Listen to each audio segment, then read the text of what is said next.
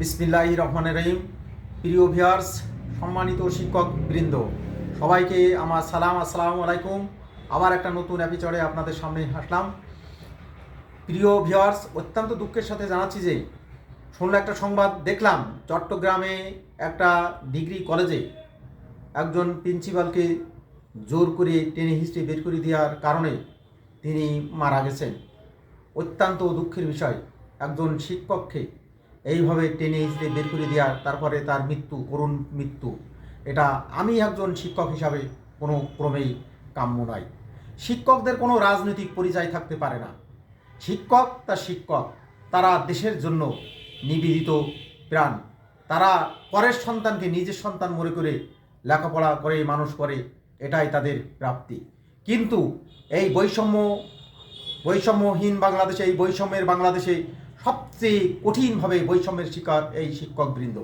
তাই একটা গণবিপ্লবের পরে যে বিপ্লবী সরকার বর্তমান ক্ষমতায় আছে, তাদের বিপ্লবী মনোভাব থাকতে হবে। এবং আমি মনে করি তারা যদি ইচ্ছা করে এবং বাংলাদেশের 5 লক্ষ শিক্ষক কর্মচারী মনে করে, এই বিপ্লবী সরকার পারে শিক্ষকদের এই চরম বৈষম্য দূরীভূত করতে।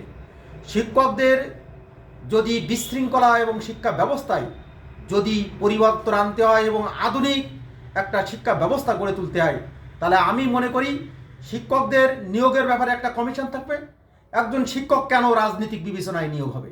তাকে একটা কমিশনের মাধ্যমে আসতে হবে, একটা পরীক্ষার মাধ্যমে, এবং মেধার ভিত্তিতে তাকে আসতে হবে, তাহলেই সে হবে প্রকৃত শিক্ষক। আমি এই ইন্টারিম, এই বিপ্লবী সরকারের কাছে জোর দাবি জানাচ্ছি, শিক্ষকদের রাজনীতি বন্ধ করা হোক।